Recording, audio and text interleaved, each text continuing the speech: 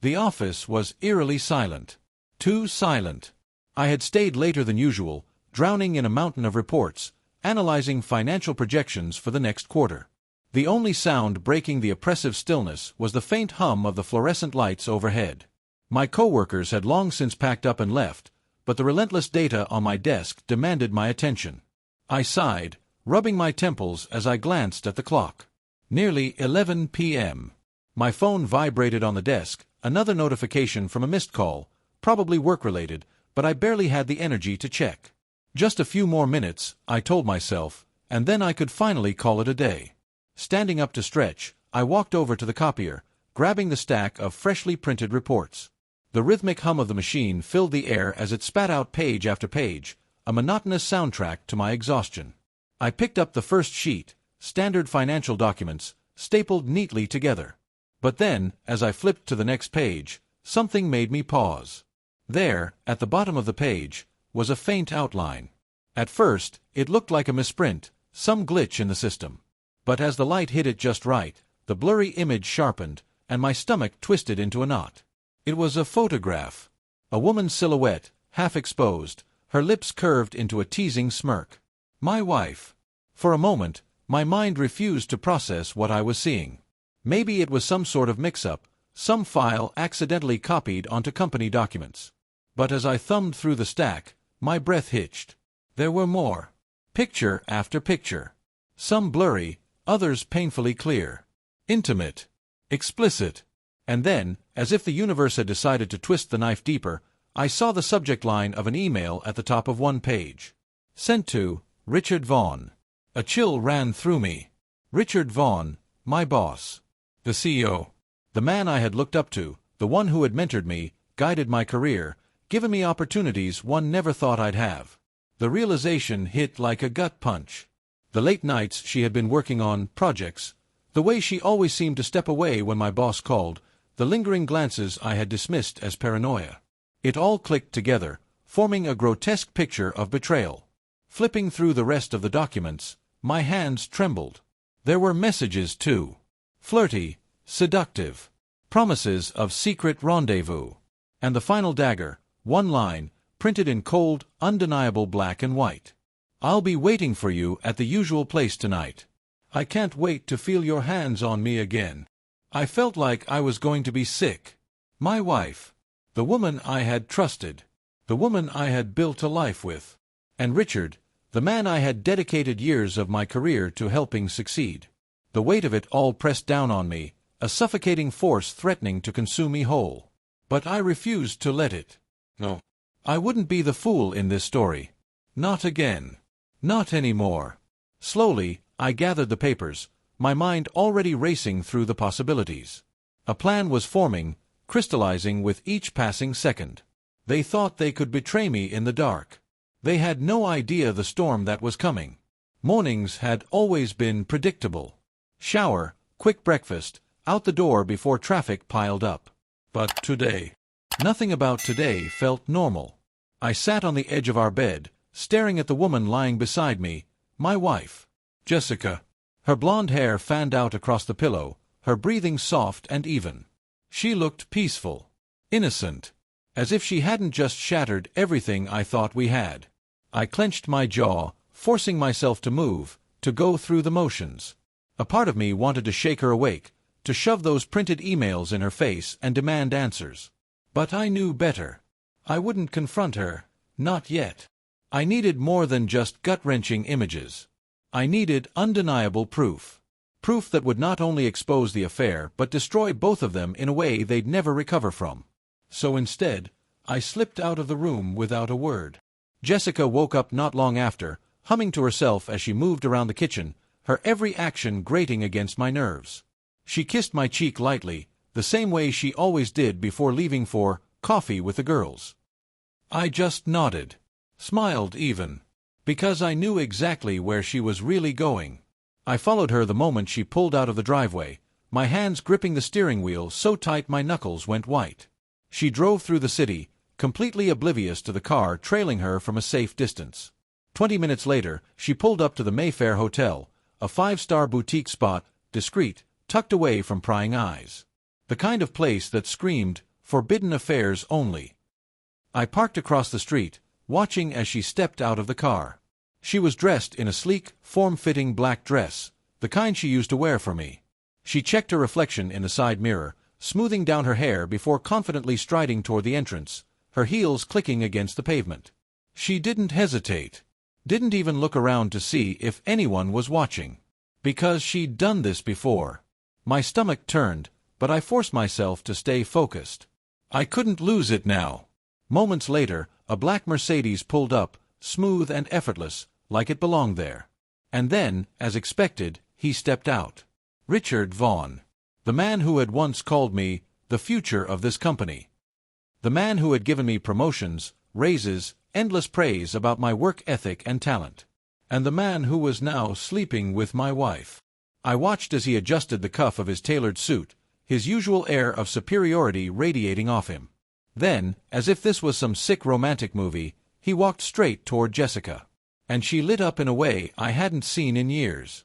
Not the polite, rehearsed smile she gave me at dinner. Not the tired one she mustered before bed. This was real. This was excited. She reached for his hand, intertwining her fingers with his like it was the most natural thing in the world. And then, just before they disappeared inside, he leaned down, whispered something in her ear, something that made her laugh softly, seductively. My vision blurred with rage. I could already picture them in that overpriced hotel suite, tangled together on expensive sheets, whispering about how easy this had all been. I exhaled slowly, forcing myself to think. Anger was useless without direction. Pain was meaningless without action. They had made their choice. Now it was my turn. Back home, I set my laptop on the dining table, fingers moving swiftly over the keyboard. If I was going to burn their world to the ground, I needed more than just blurry photos from a distance. I needed something they couldn't deny. And that meant getting my hands on everything. Jessica wasn't just careless. She was arrogant. She never logged out of her accounts, never changed her passwords, never thought for a second that I might be suspicious. Her laptop sat on the counter, open, waiting for me like a gift from the universe. I clicked into her email, scrolling past work messages and spam until I saw them. Hundreds of them. Emails, photos, flirty messages, hotel confirmations. All sitting there, undisturbed. I opened one at random. Miss you already. Can't stop thinking about last night. You always know how to make me forget everything else. I swallowed back the bile rising in my throat. Another. Tell your husband whatever you need to. I'll book the suite for next weekend. Same time, same place. You know I'll make it worth it. Disgust pooled in my stomach, but I kept going, collecting everything I needed. And then I saw the final piece. A video attachment. I clicked on it. And there she was. Jessica. Lying in bed, silky sheets draped over her, her face glowing with post-sin satisfaction. She ran a finger lazily down Richard's chest, her voice a teasing whisper. You know, my husband's such a fool. Richard chuckled. Oh. He trusts me completely. I could probably get him to do anything. I clenched my jaw, swallowing down the fury threatening to consume me. That was all I needed. They had handed me the knife. Now, I was going to use it. The weight of what I had just seen sat heavy in my chest, but I didn't have time to dwell on it. Every second counted now. I needed to move carefully, methodically. Revenge wasn't about reacting. It was about planning. Jessica had made one critical mistake. She underestimated me. She thought I was too trusting, too blind, too naive to ever suspect a thing. But she had no idea who she was really dealing with. And Richard, the man built his empire on control. He thrived on power, on being the one calling the shots. But tomorrow, he would lose it all. And the best part? He wouldn't see it coming. I cracked my knuckles, rolled my shoulders, and got to work. The company's internal system was my playground. As a senior financial analyst, I had access to every critical file, every database, every server. I spent years perfecting the art of navigating the firm's digital infrastructure, and tonight, I was going to use that knowledge to bury them both. I logged into the company's network, scrolling through the presentation schedules. Every major meeting was meticulously planned, down to the last second. And tomorrow? Tomorrow was Richard Vaughan's biggest one yet.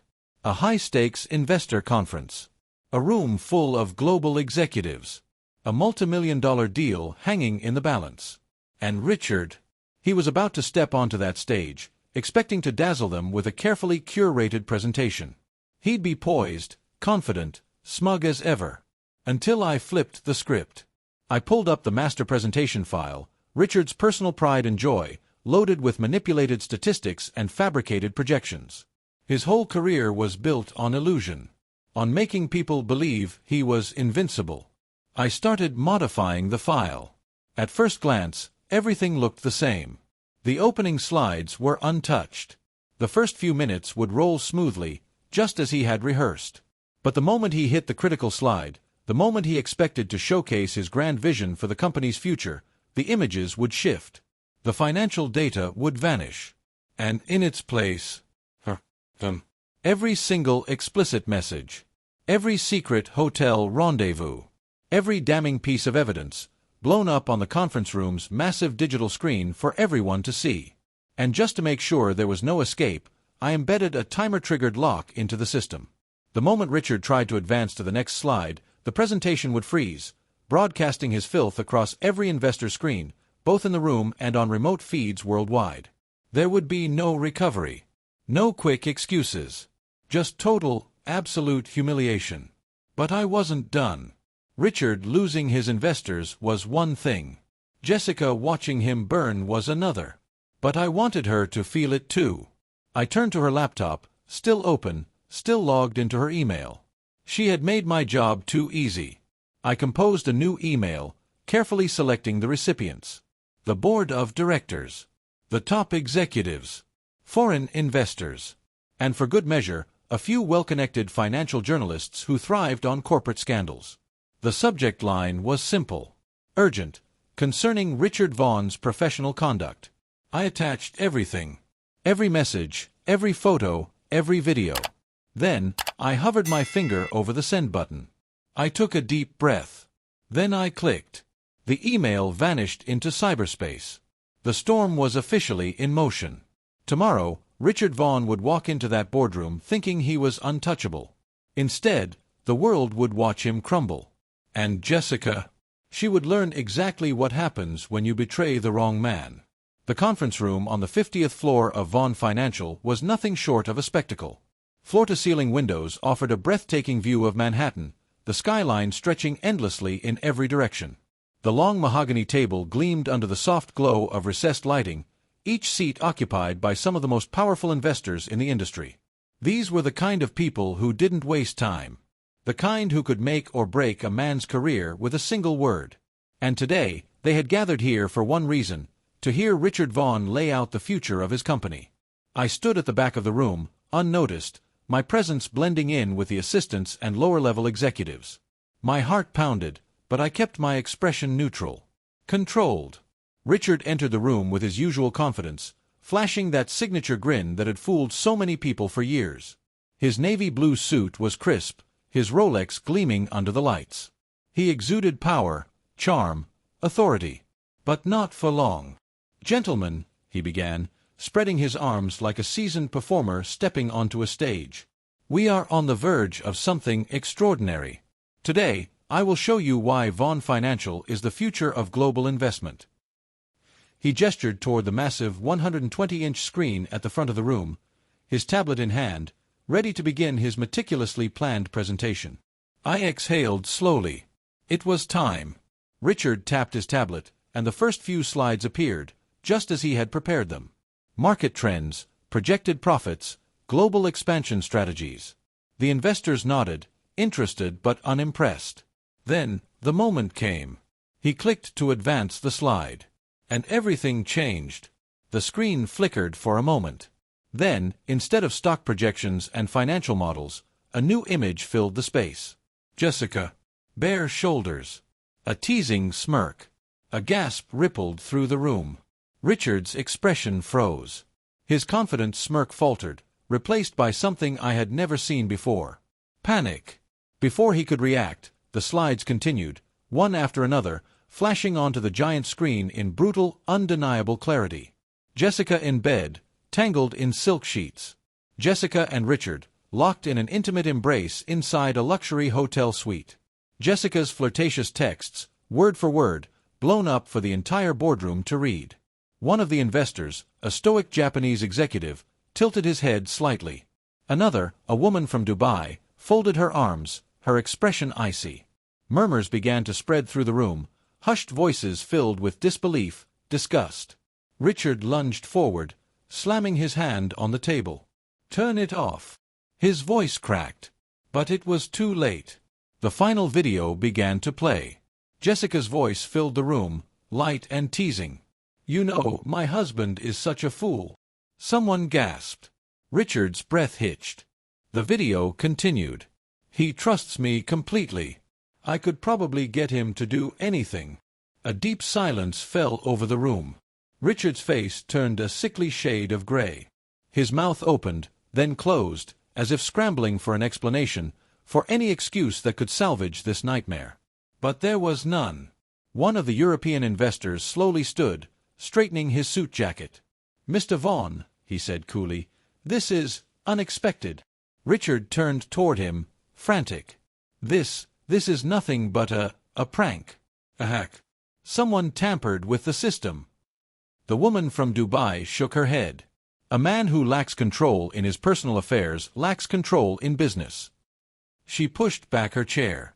"We cannot trust you." One by one, the investors followed suit. Some remained silent, others whispered among themselves, their expressions unreadable. But their actions spoke louder than words. The deal was dead. The partnerships, gone. The respect Richard had built over decades, obliterated.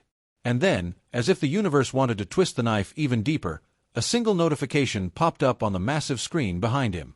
New email, termination of contract, Richard Vaughn, effective immediately.